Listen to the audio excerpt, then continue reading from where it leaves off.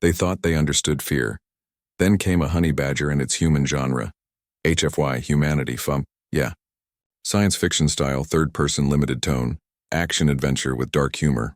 Part 1. First contact with terror setting. The story opens aboard the Stellar Harmony, a diplomatic vessel carrying representatives from 12 alien species to a neutral space station for the Galactic Council's annual summit. The galaxy has been relatively peaceful for 3 centuries, with humanity being the newest member, admitted only 5 years prior after passing rigorous civilization tests. Main characters introduced: Corporal Do-hyun Kim, a 28-year-old human military escort assigned to protect Earth's diplomatic delegation. Quiet, competent, and carries an unusual piece of Earth fauna in a specialized habitat module. Specialist Hiren Park, the delegation's xenobiologist responsible for the cultural exchange specimens. Ambassador Taeyang Choi, Earth's senior diplomat, a patient negotiator who believes in soft power. Alien characters: Veltrax, a towering, mantis-like Krell warrior who serves as head of security aboard the ship. His species considers themselves the galaxy's apex predators. Neabeth, a delicate crystalline Luxan scholar fascinated by primitive species and their quaint survival instincts. Opening conflict. During a routine inspection, Veltrax discovers that Do-hyun has brought an unauthorized creature aboard, a honey badger named Balam. When questioned, Do-hyun explains it's part of Earth's cultural exchange program, showcasing Earth's wildlife. The aliens are amused by what appears to be a small, harmless mammal, especially compared to their own apex predators.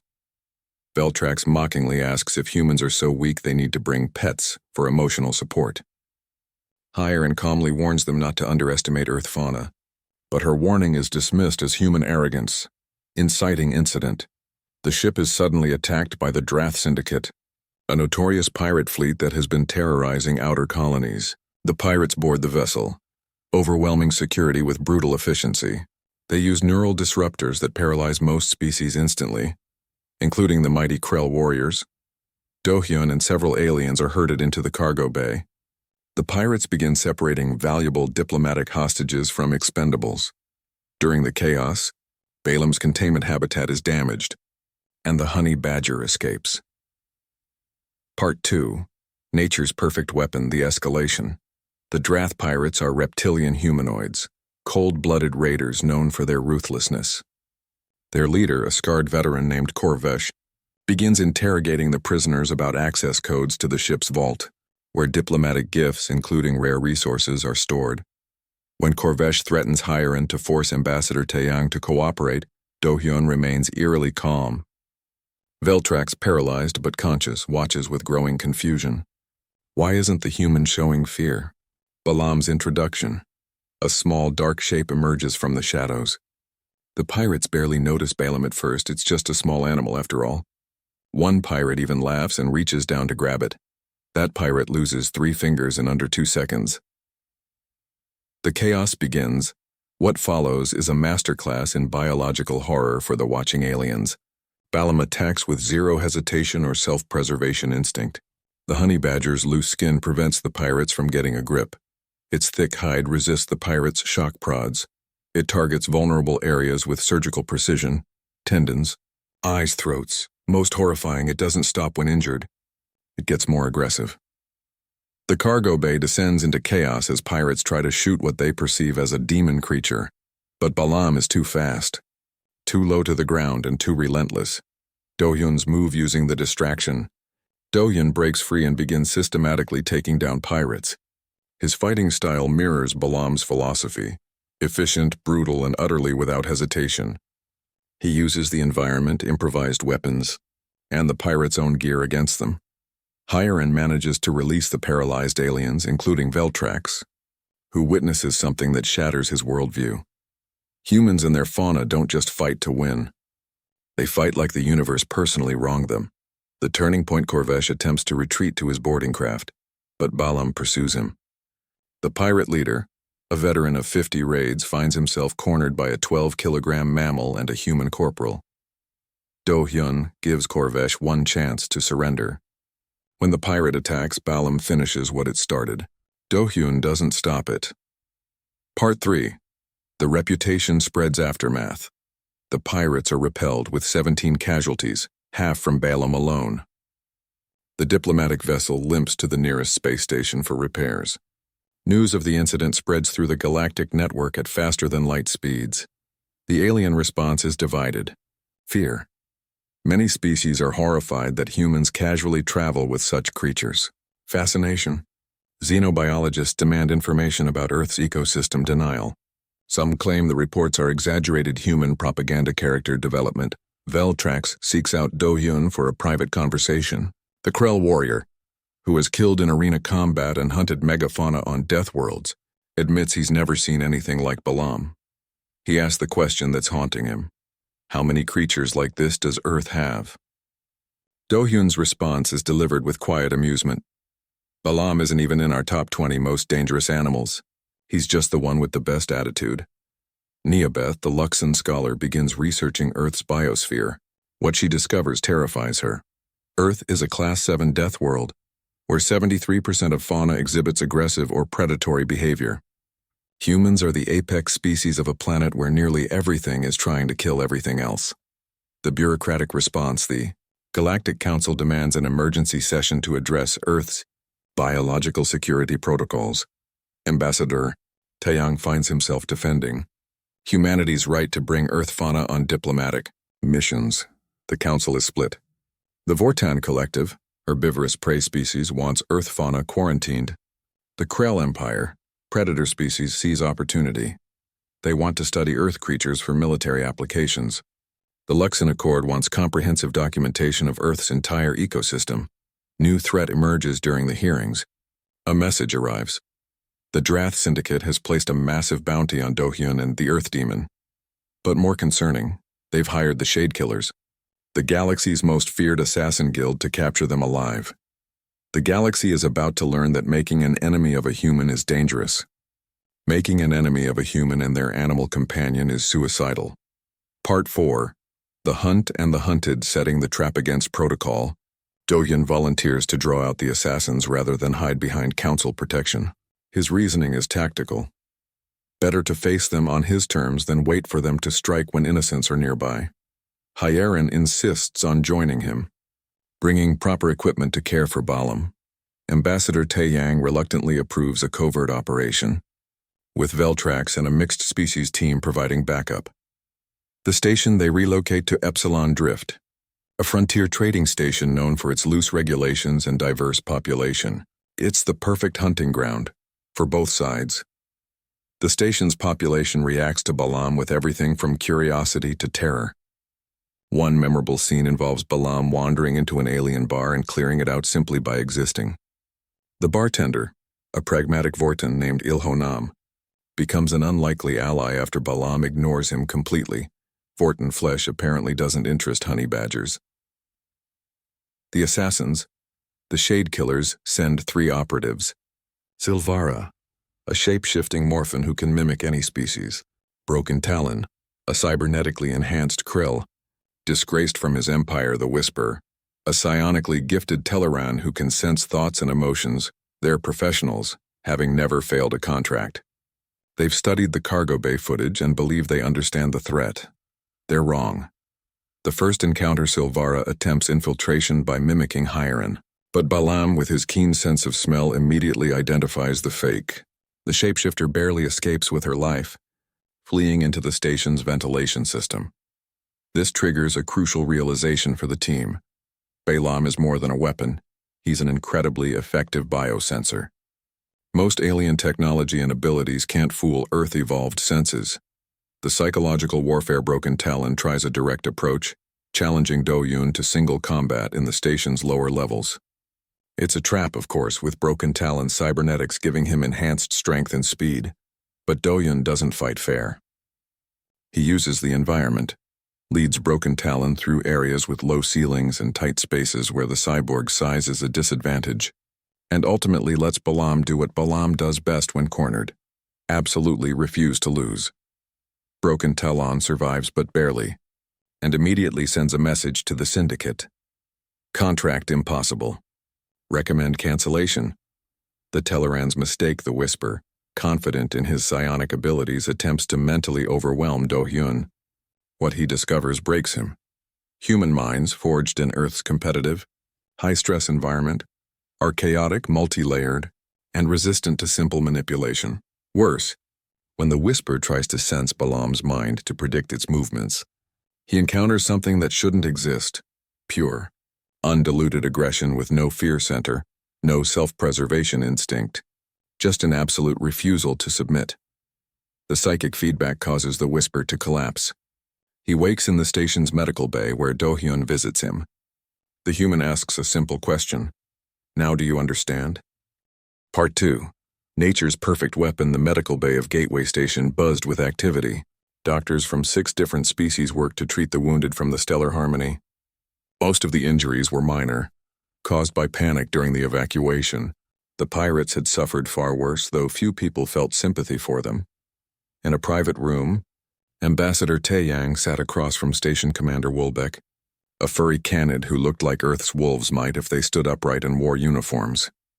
Do-hyun stood at attention nearby while Balaam's case rested on a chair.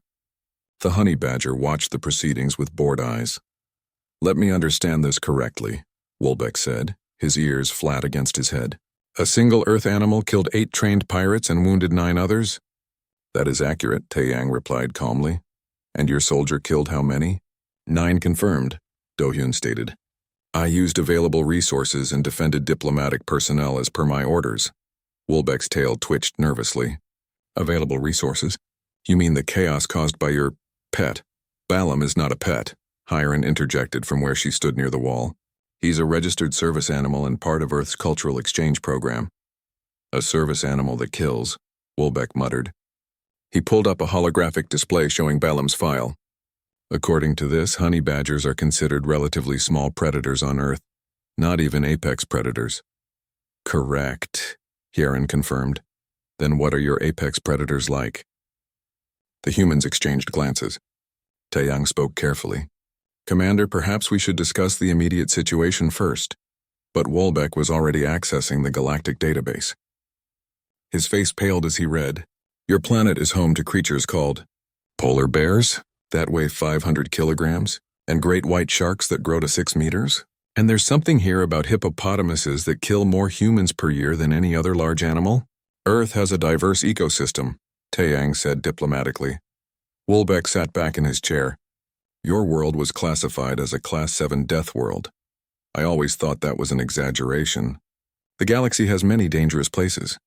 "With respect, Commander," Hiron said, "most Class 7 worlds have 1 or 2 apex predators. Earth has dozens. We have predators in the water, on land, and in the air. We have insects that can kill adult humans. We have plants that are poisonous to touch. Our world spent millions of years teaching everything on it how to survive." A knock on the door interrupted them. Veltrax entered, ducking through the doorway. The Krell warrior had requested this meeting personally. "Ambassador," Veltrax said, nodding to each person in turn. His upper eyes focused on Balaam. "I wish to speak about the incident." "Of course." Taeyang gestured to a reinforced chair that could hold the Krell's weight. Veltrax sat but seemed uncomfortable. For a being who had fought in arena combat and hunted dangerous prey on multiple worlds, he looked uncertain. "I have killed many enemies. I have faced creatures larger and stronger than myself. But I have never seen anything like that. Like Balaam." "What specifically troubles you?" Do-hyun asked. "Everything," Veltrax said bluntly. "When we Krell fight, we fight for dominance or food or territory. We understand beginning and ending. But that creature," he pointed at Balaam, "it fought like the concept of stopping did not exist in its mind. The pirates shot it twice. I saw the wounds. It did not slow down. Honey badgers have incredibly thick skin," Hiron explained, "and their pain tolerance is remarkable. They've been observed fighting off lions, eating poisonous snakes, and raiding beehives despite being stung hundreds of times." Veltrax's mandibles clicked rapidly, a sign of agitation. Why would evolution create something so aggressive?" "Survival," Do-hyun said simply. "On Earth, being aggressive means staying alive. Predators think twice about attacking prey that fights back hard enough." "But the cost," Veltrax protested. "Surely such behavior leads to injury and death." Hiron pulled up a holographic image of a honey badger in the wild. "They've evolved to minimize that cost. Loose skin means teeth and claws can't grip properly. Thick hide provides armor. Their flexible spines let them twist and fight even when caught, and their aggression is so legendary that most predators avoid them entirely. Wolbeck made a strangled sound. Most predators? You mean there are creatures on your world that hunt honey badgers? Well, yes, Heron said. Lions occasionally, leopards sometimes, but it's rarely worth the effort. A honey badger might lose, but it'll make sure the winner regrets the victory. The room fell silent. Wolbeck and Veltrax exchanged looks, both warriors in their own right, both suddenly understanding that they had fundamentally misunderstood humanity. How many creatures like this does Earth have? Veltrax asked quietly. Do-hyun considered the question. Define like this: aggressive, fearless, disproportionately dangerous for their size. Oh, Do-hyun said, and something like amusement crossed his face. Hundreds? Maybe thousands? Balam isn't even in our top 20 most dangerous animals. He's just the one with the best attitude for traveling in space. Wolbeck stood up abruptly. I need to send reports. The council must know about this. Know about what exactly? Taeyang asked. That Earth is more dangerous than anyone realized. That humans come from a world where even small creatures can kill trained warriors. With respect, Commander, Taeyang said firmly. Balam only attacked beings who were threatening diplomatic personnel. He showed remarkable restraint, actually. If he wanted to cause maximum damage, that cargo bay would have looked much worse. This thought did not seem to comfort anyone. Over the next 3 days, news of the incident spread through the galactic network like wildfire. The footage from the cargo bay, recorded by security cameras, became the most viewed video in recent history. Beings from thousands of species watched in horror as a small Earth animal tore through pirates that had terrorized shipping lanes for years. The reactions divided along predictable lines. Prey species called for immediate quarantine of all Earth fauna.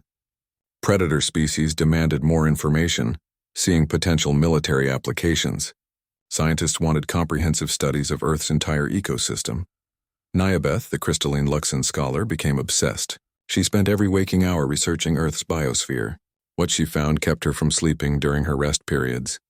She cornered Hieron in the station's observation deck on the 4th day. I must show you something, Nyabeth chimed urgently. Her crystalline body flickered with colors that indicated distress. Yeren followed her to a private terminal.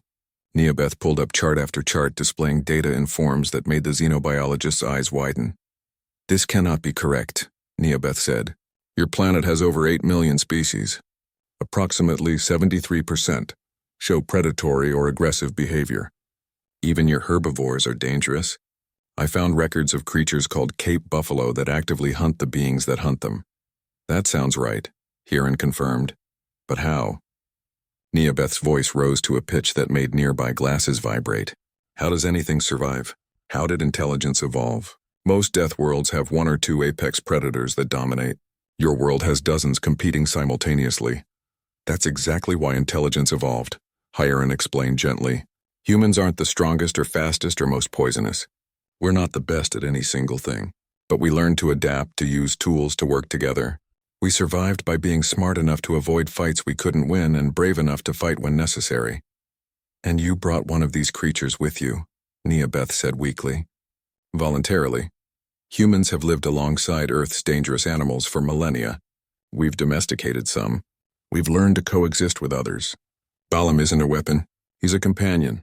A companion that kills. Only when threatened, Hieron corrected. That's important. Balam didn't attack anyone until someone tried to harm him or us. That's not savagery. That's loyalty. Nyabeth went quiet, her colors shifting to deep blue. The galaxy is afraid, she admitted finally. Not of Balam specifically. Of what he represents. If humans casually travel with creatures like him, what does that say about humans themselves? Before Hieron could answer, alarms blared throughout the station. Red lights flashed. Wolbeck's voice came over the speakers, strained and urgent. All personnel to secure stations. We have received a priority transmission from the Drath Syndicate. They have placed a bounty on Corporal Do-hyun Kim and the Earth creature designated Balam. 5 million credits for live capture. Hieron's blood went cold. 5 million. That's enough to buy a small moon. There is more, Wolbeck continued. The Shade Killers have accepted the contract. Expected arrival in 72 hours. This station is now under elevated security protocols. In their quarters, Do-hyun received the news with his typical calm. He sat on his bunk, cleaning his service weapon with practiced hands. Balam lay nearby, contentedly chewing on a synthetic bone that Hiren had fabricated for him. Veltrax entered without knocking, a privilege he'd earned through recent events. "You heard?" "Hard to miss," Do-hyun replied. "The Shade Killers have never failed a contract. There's a first time for everything." Veltrax's mandibles clicked in what Do-hyun had learned was respect. "You are not afraid?" "I'm terrified," Do-hyun admitted. "But fear doesn't change what needs doing. The bounty exists because the Drath are embarrassed." Part 3. The reputation spreads. The emergency session of the Galactic Council convened in a massive chamber that could hold representatives from all member species. Holographic projections allowed those who couldn't breathe the standard atmosphere to participate. Ambassador Taiyang stood at the human delegation's podium, flanked by Hiren and Do-hyun. Balam's case rested nearby, the honey badger visible through the transparent top. Speaker Calvas, an elderly Luxon whose crystalline body had dulled with age, called the session to order. His voice resonated through the chamber. "We gathered to address concerns regarding Earth's biological protocols, specifically the incident aboard the Stellar Harmony and the creature known as Balam." A Vortan representative, Jisoo Nam, oozed forward to his speaking platform. His gelatinous body rippled with agitation. The incident, as it is mildly called, resulted in 17 deaths. 17 beings killed by a single Earth animal that weighs less than some of our children. 17 pirates, Taeyang interjected calmly, who had killed the ship's security team, taken hostages, and threatened to torture diplomatic personnel. "Balam acted in defense of lives." "Defense?" a Krell council member roared. "I have seen the footage. That creature did not defend. It attacked with savagery we have not witnessed in civilized space for centuries."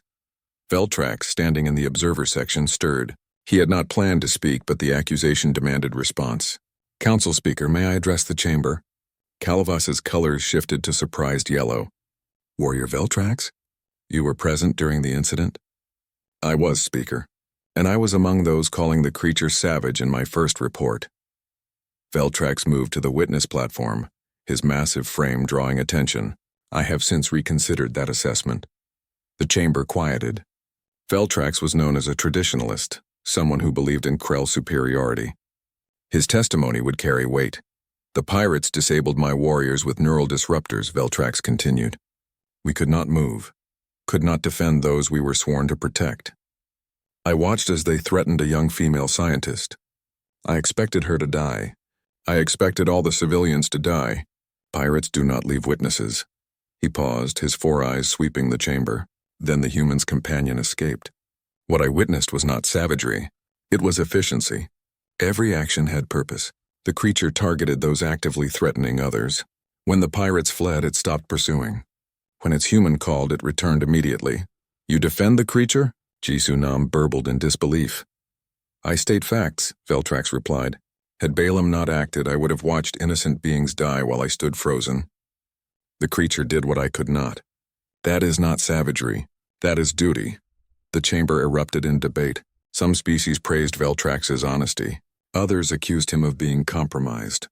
Through it all, Taiyang waited patiently. Finally, Calvas restored order. "The human delegation will present their case."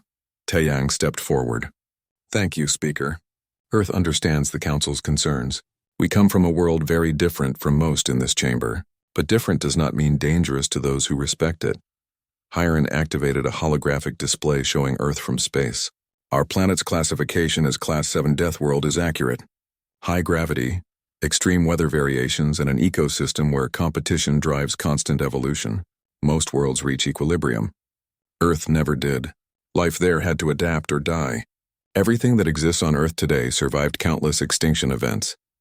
Which is precisely why such creatures should remain on Earth," Jisoo Nam interjected. "Your world's savagery should not be exported." "Our world's lessons," Taeyang corrected. "Yes, Earth taught its children to fight, but it also taught them when not to fight, how to cooperate, how to form bonds across species lines. Humans have domesticated predators. We live alongside dangerous animals. We've learned that strength and aggression are tools, not answers." He gestured to Balam's case.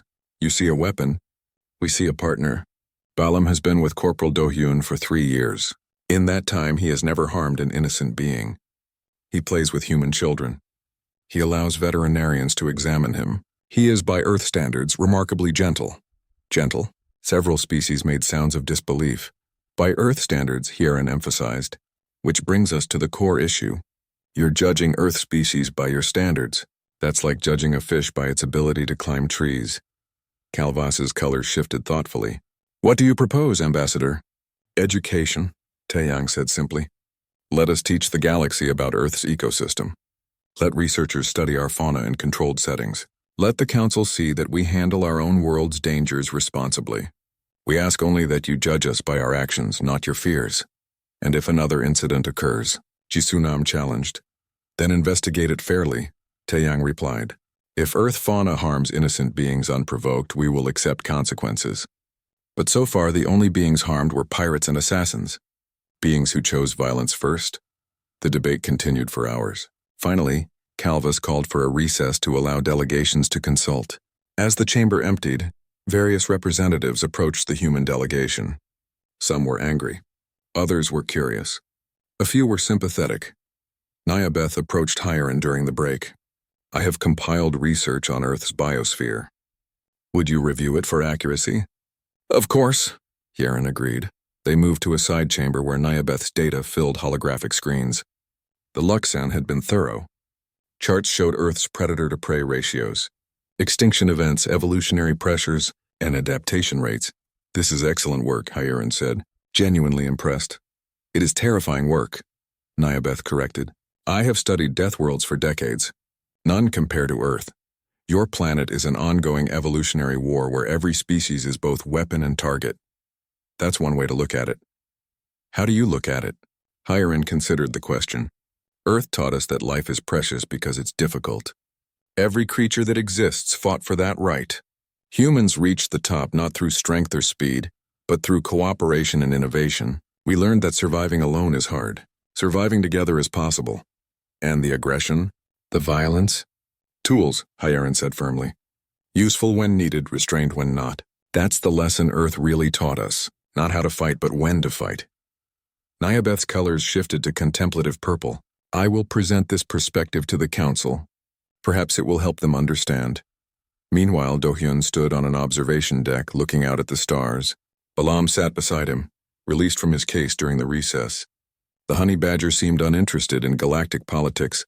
They fear you, a voice said behind him. Do-hyun turned to find an older Canid admiral approaching. They fear what I represent, Admiral. And what is that? Proof that bigger and stronger doesn't always win. That evolution creates specialists, and sometimes those specialists look small and harmless until they're not. The Admiral sat down, and Balam immediately walked over to investigate. The Canid tensed, but Do-hyun made a soft clicking sound. Balam sniffed the Admiral's offered hand, then lost interest and returned to Do-hyun. He accepted me, the Admiral said, sounding surprised. You didn't threaten him or me. Why would he care about you? Do-hyun scratched behind Balam's ears. Honey badgers aren't randomly aggressive. They're reactively aggressive. Big difference. The galaxy does not understand that difference, then we'll teach them. That's what we do. Humans are teachers. We domesticated wolves into dogs. We convinced cats to live with us. We formed partnerships with horses, falcons, even bees. We didn't conquer Earth's dangerous animals. We learned to coexist with them. The Admiral's tail wagged slowly. Your species fascinates me. You should be extinct. Your world should have killed you. It tried, Do-hyun admitted. For millions of years, Earth tried. Droughts, ice ages, predators, diseases, volcanic eruptions. Everything that could go wrong did go wrong. And somehow we kept going. We're stubborn like that. Like your companion. Exactly like my companion. The session reconvened. The debate grew heated as representatives argued various proposals. Complete quarantine of Earth fauna. Strict regulations. Educational programs. Military studies. The Council seemed unable to reach consensus. Then something unexpected happened.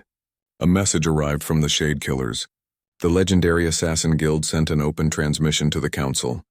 We withdraw from the bounty contract, the message stated. One of our operatives attempted preliminary reconnaissance.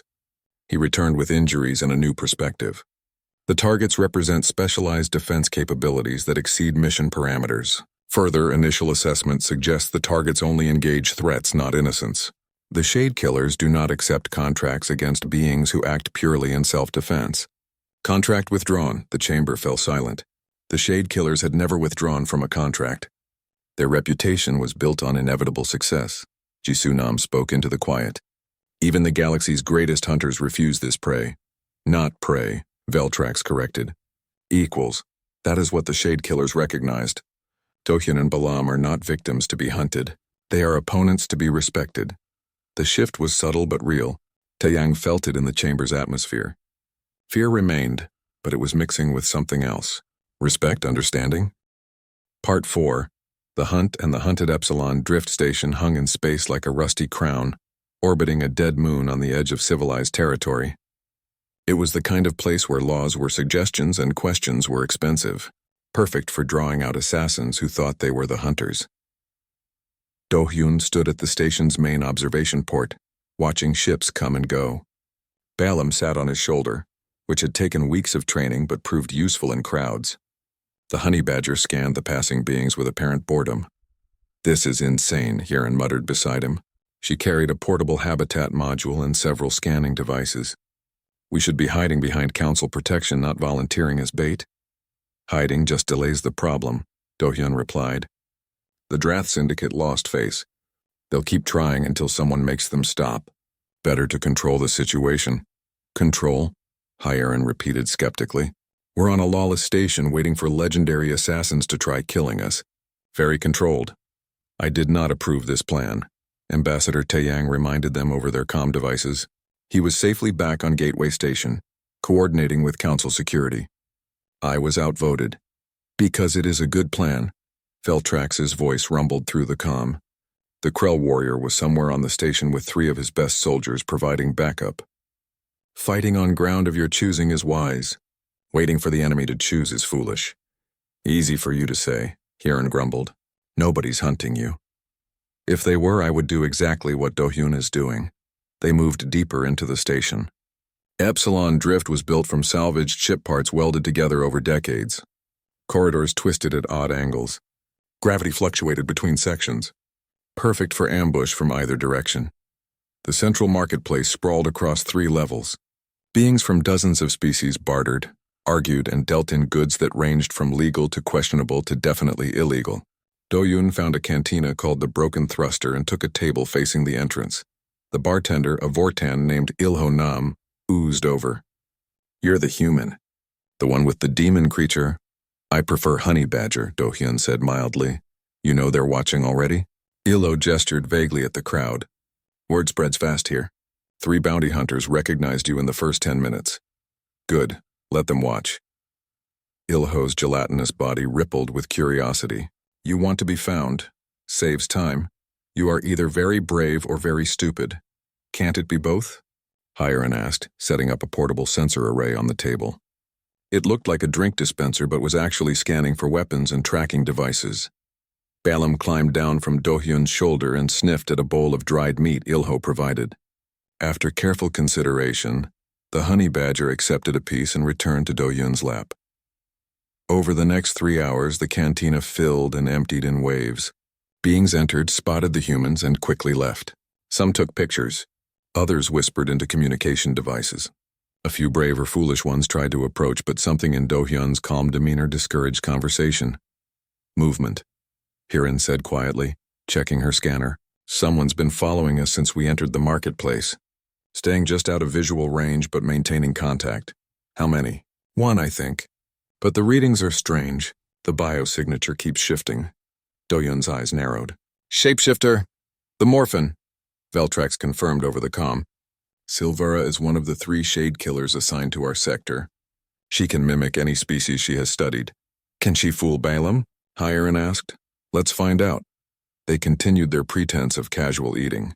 Do-hyun scratched behind Balam's ears while watching the crowd through peripheral vision. Training taught him to spot details. The being 3 tables over who looked like a Luxan but moved slightly wrong. Crystalline species didn't fidget like that. Balam suddenly tensed. His head swiveled toward the fake Luxan, and a low growl emerged from his throat. Every being in the cantina froze. That sound, now famous throughout the galaxy, meant danger. The fake Luxan stood abruptly and ran. Balam leaped from Do-hyun's lap and gave chase. The shapeshifter fled through the marketplace with the honey badger in pursuit. Her form shifted rapidly, Luxan to Canid to Vortan to Krell. But Balam didn't track by sight. He followed scent, and no amount of physical change could fool millions of years of mammalian evolution. Do-hyun followed at a run, Hiran close behind. They crashed through market stalls and dodged startled beings. Ahead, Silvara dove into a ventilation shaft, finally escaping. Balam skidded to a stop, frustrated but unhurt. "Good boy," Do-hyun said, scooping up his companion. "Very good boy." "One down," Veltrax commented over the comm. They know now that their shapeshifter is useless. They will try something different. They returned to their room, which was barely large enough for 2 bunks and a sanitation unit. Hiran set up sensors around the door while Do-hyun checked their equipment. Balam explored every corner, sniffing and investigating. "I don't like this," Hiran admitted. "We're too exposed. That's the point. Can't draw them out if we're hiding. But what if they use long-range weapons? Or poison, or just blow up our section of the station?" Do-hyun smiled slightly. "Then we'll adapt." That night, Hiran took first watch while Do-hyun slept. Balam curled up beside his human, but his eyes remained partially open. Honey badgers were light sleepers, always ready for threats. The attack came at what passed for morning on the station. Do-hyun woke to Hiran's urgent whisper. "Someone's cutting through the door." "Plasma torch." He rolled out of bed, already dressed. Balam was on his feet, hackles raised. They positioned themselves as the door began to glow red. Whoever was outside had patience, cutting carefully to avoid triggering alarms. The door section fell inward. A massive figure entered. Broken Talon was a Krell like Veltrax, but covered in cybernetic enhancements. His natural chitin had been replaced with metal plating. His eyes glowed with targeting systems. One arm ended in a weapon instead of a claw. "Corporal Do-hyun Kim," Broken Talon's voice was synthesized, emotionless. "You will come with me. Resistance will result in severe injury." "I have to decline," Do-hyun replied, moving to put himself between the cyborg and Hiran. "Your pet cannot harm me. My armor is rated for armor-piercing rounds." "Good thing I don't plan on shooting you then." Broken Talon aimed his weapon arm, but Do-hyun had already moved. The confined space of the room became an advantage. The cyborg's size and strength meant nothing when he couldn't maneuver. Do-hyun used every surface, bouncing off walls, sliding under strikes, staying too close for ranged weapons. Balam joined the fight with enthusiasm. He couldn't penetrate the armor, but he discovered the joints where metal met flesh. The honey badger's teeth found gaps that designers never considered. Broken Talon roared in pain and anger, trying to grab the small creature. The fight spilled into the corridor. Other residents fled, having no interest in getting involved. Do-hyun led Broken Talon toward a section where the ceiling was lower, forcing the cyborg to hunch. Every advantage, no matter how small. Veltrax and his team arrived, weapons ready. But Do-hyun shouted, "Don't shoot! I need him functioning." "Why?" Veltrax demanded. "Because he's going to deliver a message." Do-hyun used a junction box to short out Broken Talon's weapon arm. While the cyborg stumbled, half blinded by system errors, Do-hyun moved in close. He spoke clearly, knowing the cyborg's systems were recording. "Tell the Drath Syndicate this. Earth doesn't start fights, but we don't lose them either. Cancel the bounty. Withdraw all contracts, or the next assassin you send won't come back at all." He stepped back. Broken Talon, damaged but mobile, fled. The cyborg's pride was wounded worse than his body. He'd been beaten by a human in light armor and a small animal. The footage from his systems would show exactly how. That was a risk, Veltrax observed after Broken Talon escaped. He could have self-destructed. "Then the message dies with him and we're back to waiting," Do-hyun replied. "Better to send him home as a warning." "You think like a Krell warrior," Veltrax said approvingly. "Victory is meaningless if your enemy does not learn from defeat." They returned to their room to find Hiran already packing. "We should move locations. They know where we are now." "Not yet," Do-hyun said. "There's still one more." The whisper came that evening. He didn't break down doors or attack physically. Instead, Do-hyun simply found himself sitting in the cantina with no memory of walking there. Balam was beside him, but the honey badger seemed confused, as if he too had lost time. A slender figure materialized at his table. The Teleran looked almost human, except for the silver eyes that saw beyond normal sight. The Whisper smiled, an expression that didn't reach those strange eyes. Fascinating, the Whisper said, his voice soft. Your mind is like a storm, chaotic, multi-layered. You think in patterns I've never encountered. Get out of my head, Do-Yun said through gritted teeth. I'm simply observing. Your species fascinates me. You survived a death world by developing minds that never rest, always planning, constantly adapting. It's beautiful in its way. Do-Yun felt pressure building behind his eyes. The psychic assault was subtle, trying to find weaknesses. The Whisper sifted through memories, looking for fears to exploit.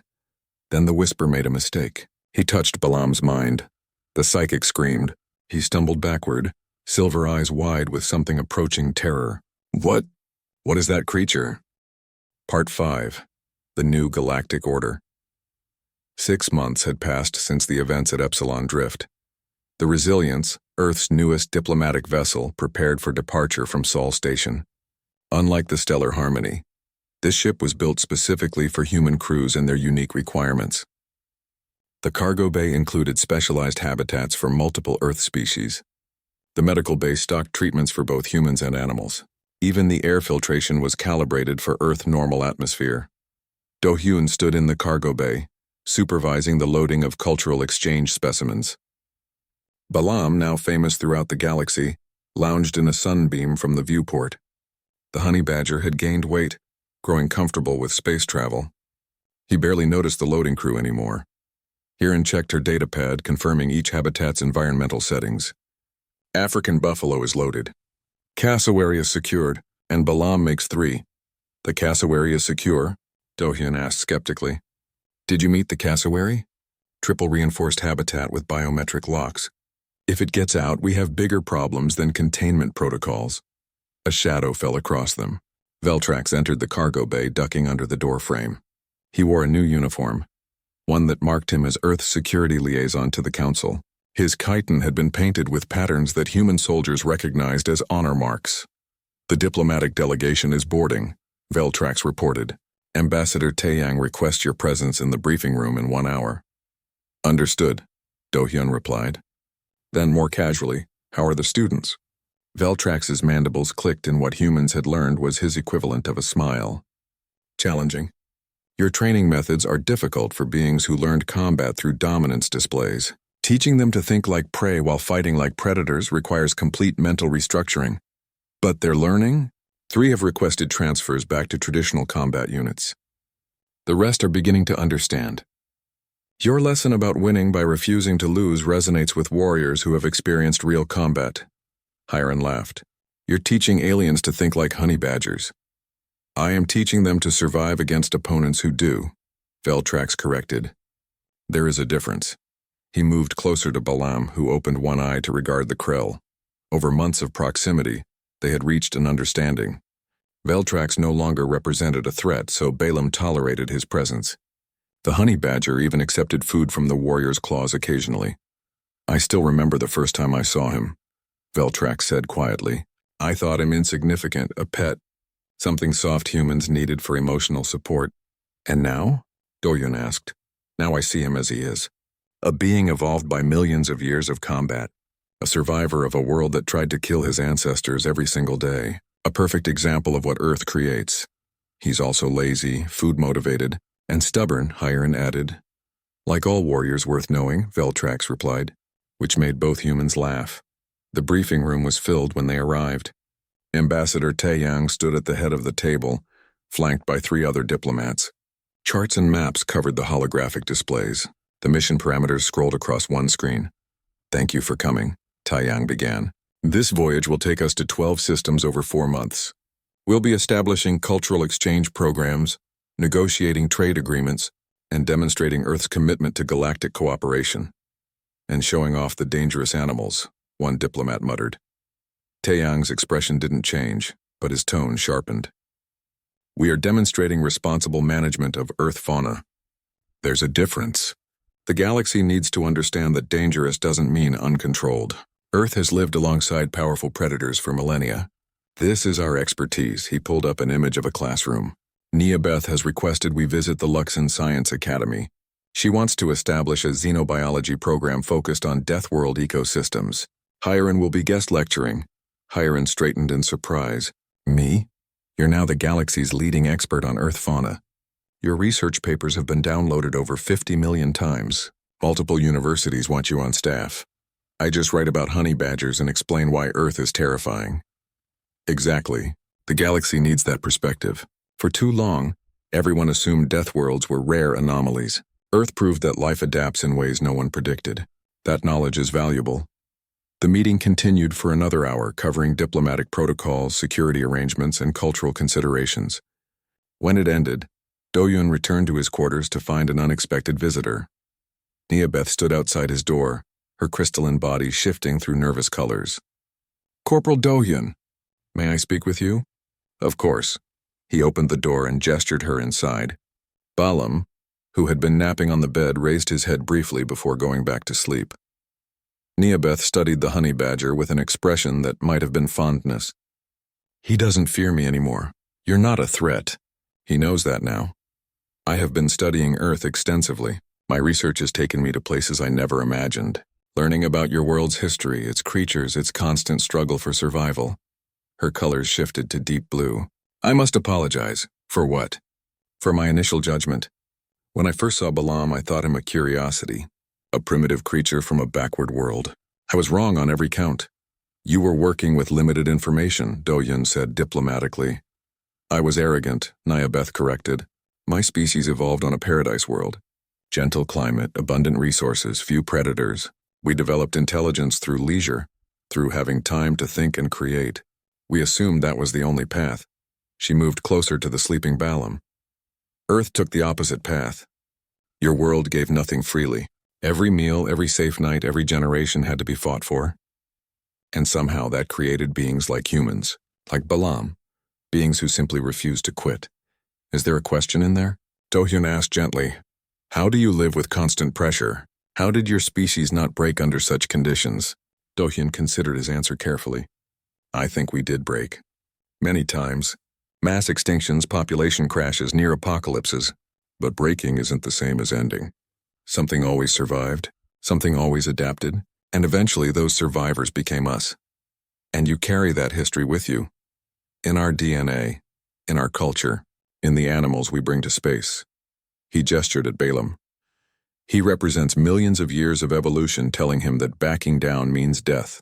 So he never backs down. Humans aren't much different. We just learned to choose our battles better." Neobeth's colors shifted to contemplative purple. "The galaxy is changing because of Earth. Species that thought themselves apex are reconsidering. Prey species are learning they can defend themselves. Even the Krell, the greatest warriors we knew, are studying your methods." "Good," Do-Hyun said. The galaxy was stagnant. Everyone had their role. Predator, prey, warrior, scholar. Earth doesn't fit those categories. Maybe that's what everyone needed.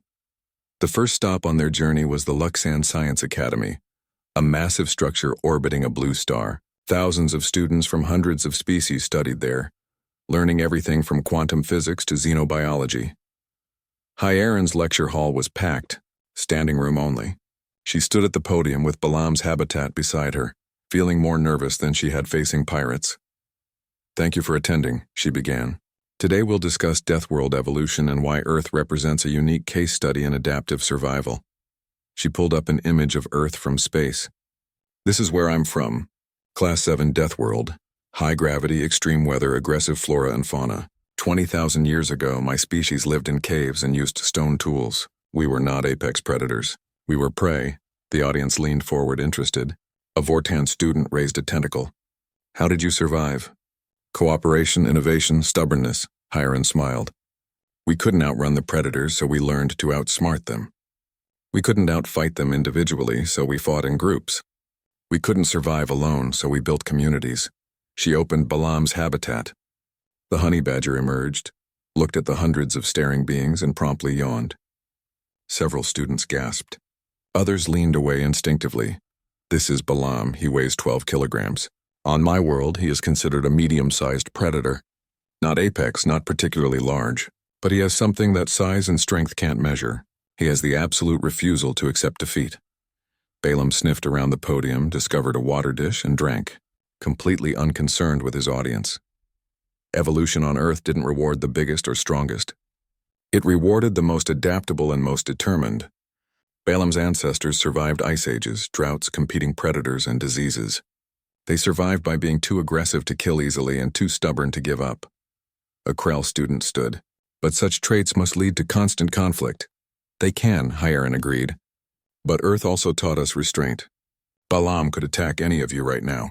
He's capable of causing severe injury. But he won't because you're not threatening him. Aggression without wisdom is just violence. Earth taught us both. The lecture continued for 2 hours. Hieron discussed evolutionary pressures, adaptation rates, and why death worlds often produce the most resilient species. The students asked hundreds of questions. By the end, several were volunteering for research positions studying Earth fauna.